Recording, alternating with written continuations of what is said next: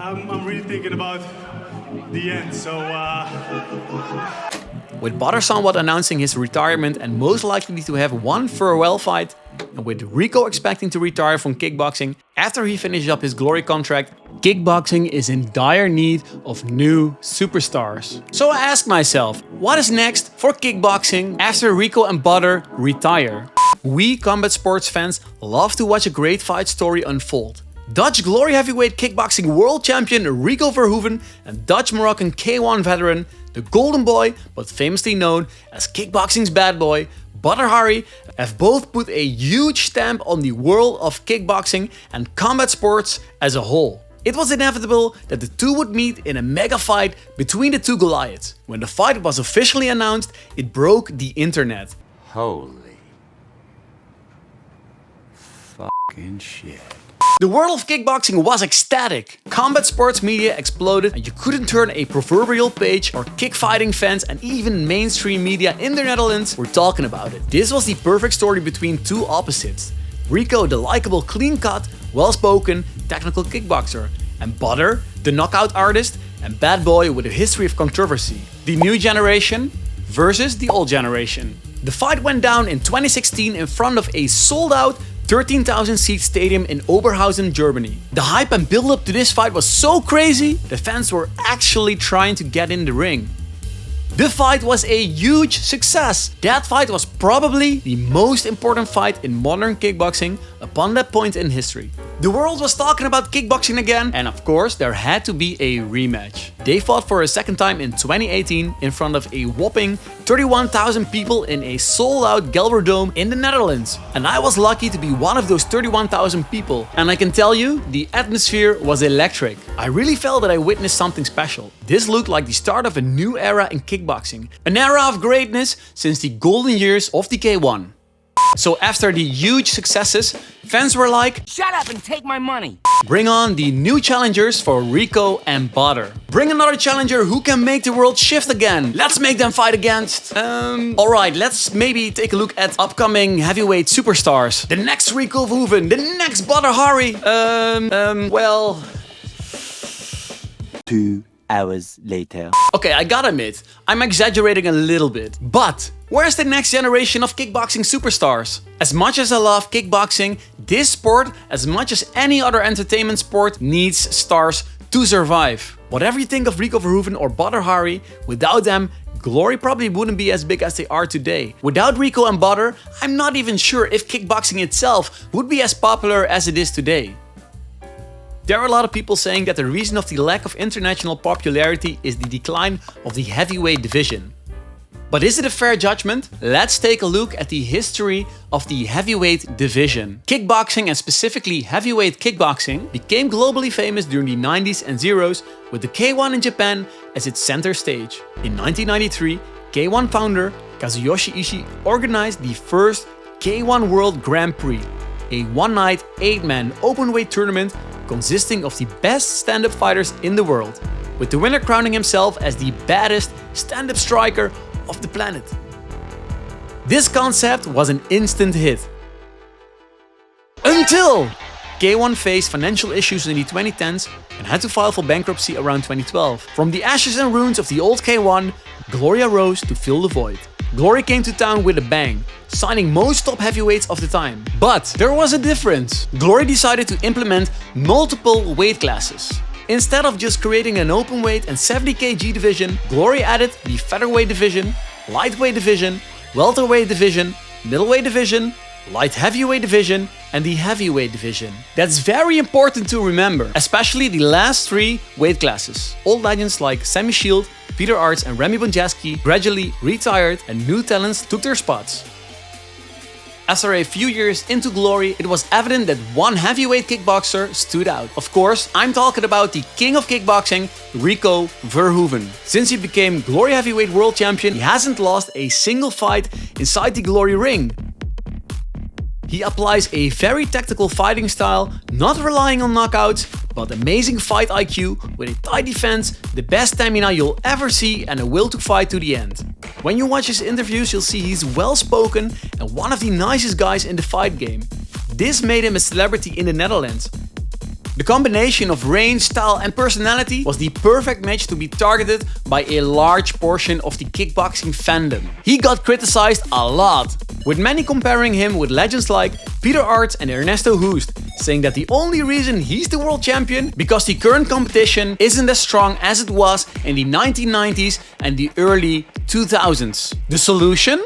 Fans wanted Rico to face the last big active fighter of the old K1, Badr Hari. As mentioned, the fight happened and it was a huge moment for kickboxing. While Badr was winning the first round, the fight ended quite lackluster with Badr injuring his arm in the second round. Although the second fight was much more entertaining, the fight ended similar as the first one, with Badr being ahead on the scorecards and not being able to continue after getting injured. This was the final straw for fans who grew up watching kickboxing in the K1 during the 90s and early zeros. Since then, they've been saying that modern heavyweight kickboxing pales in comparison to the old days. So are these critics right? Has the level of heavyweight kickboxing declined? My honest opinion, there is some truth to that. But as mentioned, in the K1 there were no real weight classes. Their concept was basically open weight kickfighting. It came close to a real life kumite. Granted, in 2002 they did start the K1 World Max, the 70 kg division. But other than that, there were mostly no other Grand Prix weight classes in the old K1. That meant if you wanted to be the best stand-up striker of the planet and your natural body weight was between 70 kg and 95 kg, you had to either trim down to 70 kg or bulk up and become a heavyweight. What that means is that not only the best heavyweights fought in the K1 World Grand Prix, but also the best bulked up light heavyweights and middleweights. So it's not too far-fetched to think that all 8 participants in the K1 World Grand Prix were at the highest level.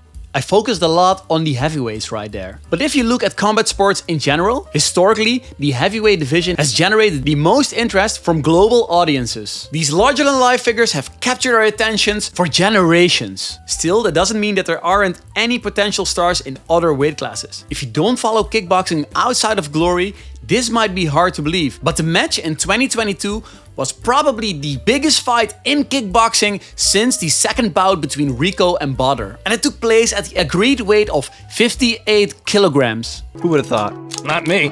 The big fight between Japanese superstars Takeru and Tenshin Nasukawa took place in front of 59,000 fans. Insane! Although this fight didn't make a lot of waves in the West, it did exceptionally well in Asia. Even still, with all these big fights happening, kickboxing is still not as globally recognized as it, in my honest opinion, should be. So why does kickboxing still feels like a niche? One of the reasons could be that a lot of the promotions focus on their own little piece of the market. Take Glory for example. While they proclaim to be the best kickboxing promotion on the planet, they seem mostly focused on the Netherlands. The current incarnation of the K1 is in the process of an international revival. However, they have been mostly focused on the Japanese market. And before you say, what about One Championship? Well, One Championship has a great brand recognition, but they treat kickboxing mostly as a side project than a main focus. As you can guess, this doesn't help kickboxing get out of its niche. So, what's the future of kickboxing after Rico and Badr have retired? Are we overestimating the potential of the sport? Or are the current kickboxing organizations just not that great at marketing? Or are the fighters not doing enough to promote themselves? Or is kickboxing just not meant to be? So what do I think what kickboxing needs to create new superstars? First of all, it's crazy to me to think that there are only two, I repeat, only two big superstars in this era of kickboxing. Alright, 3 if you count Takeru. My biggest advice to kickboxing promotions is don't just promote fighters, build characters. Fighting is more than just fighting. Fighting is, has been and always will be about emotion, character building and storytelling. I mean, you're not going to the cinema and pay tickets to watch a bad movie, right? It seems that this generation of kickboxing has been focusing too much on instant gratification instead of building a compelling story. Fights these days are mostly promoted as the what, and the how, but less about the why. Yes, we want to see knockouts, but what's the value of a knockout if I don't care about the fight? I mean, why did people tune in for the fight between Rico Verhoeven and Badr? It was branded as the best of the current generation versus the best of the past generation. That's the result of years of character building by K1 as well as Glory. That's the story people want to see unfold. And we, the fans, need to see more great stories unfold. Show me why I need to be invested in a fight. Tell me why I need to cancel on this thing I've planned to watch this so-called big fight. Why is he or she so interesting? What their raison d'être is. We're living in an age of distraction where it's already hard enough to capture the attention of people. Hell, maybe you're not even watching this video. We want to see a real-life Rocky story.